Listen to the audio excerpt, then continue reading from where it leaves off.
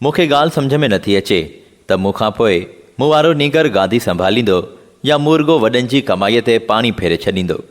पियो थो चवे बाबा इंसान ज़ात जी तोहीन नथा कयो, पाण मथे वेही पाण खां वॾनि खे बि हेठि था विहारियो ऐं पिया था पंहिंजा पेर ॾियो जिन खे वेठा था माण्हू चुमनि। इहो सरासर ज़ुल्म ऐं इंसान ज़ात जी सही सिधी तज़लील आहे। नीगर जूं अहिड़ियूं ॻाल्हियूं तोखे सम्झ में अचनि थियूं ख़लीफ़ा? ख़लीफ़े ॻिचीअ में रुमाल विझी बाहूं ॿधी निवड़ी चयो, सखी बाबा, निगर साईं सिधे रस्ते ते अची वेंदो। शहर जी पढ़ाई ख़तमु करे पाण सां गॾु हलंदो त सभु कुझु सम्झी वेंदो। पीर वराणियो, पर ख़लीफ़ा असां बि त शहर में पढ़िया हुआसीं, असां त कॾहिं बि साईं वॾे सां अहिड़ियूं ॻाल्हियूं न कंदा हुआसीं।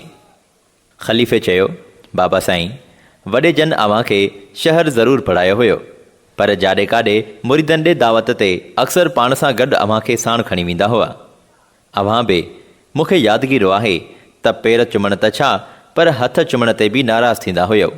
पोइ जीअं अव्हां सम्झ भरिया थिया त सम्झी विया, ईअं ई नीगर बाबा बि सम्झी वेंदा। पीर वराणियो, पर हा ख़लीफ़ा, हाणे दावत जो सिलसिलो शुरू थियण वारो आहे।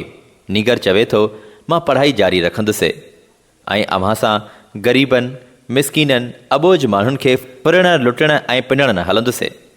आउं पंहिंजी महिनत करे इज़त ऐं ईमानदारीअ सां पंहिंजी ज़िंदगी गुज़ारींदुसि। नीगर जे इन्हनि ॻाल्हियुनि त मुंहिंजे आंड्रनि में वढ विझी छॾिया आहिनि।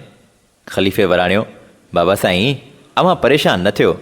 नीगर साईं सिर्फ़ु हिकु भेरो साण हलंदो त सभु कुझु सम्झ में अची वेंदुसि त सिर्फ़ु ग़रीब, मिसकीन ऐं अबोज माण्हू पेर नथा चुमनि, पर चङा भला माण्हू जिन खे पिया ॿिया माण्हू पेरे पवंदा आहिनि, उहे बि साईं जिन जे आॾो पेरे पई हथ चुमण खे सादत था सम्झनि। इहो मज़ो जॾहिं नीगर साईंअ वरितो न त ज़िंदगी तब्दील थी वेंदसि। पीर वराणियो, ख़लीफ़ा, इहो त मां बि सम्झां थो त न करे महिनत, न करे मज़दूरी, ईअं दुनिया जे जॾहिं ढेर ते वेठो न त बराबरि ज़िंदगी तब्दील थी वेंदसि, पर अचे न इन ई सिधे दग ते।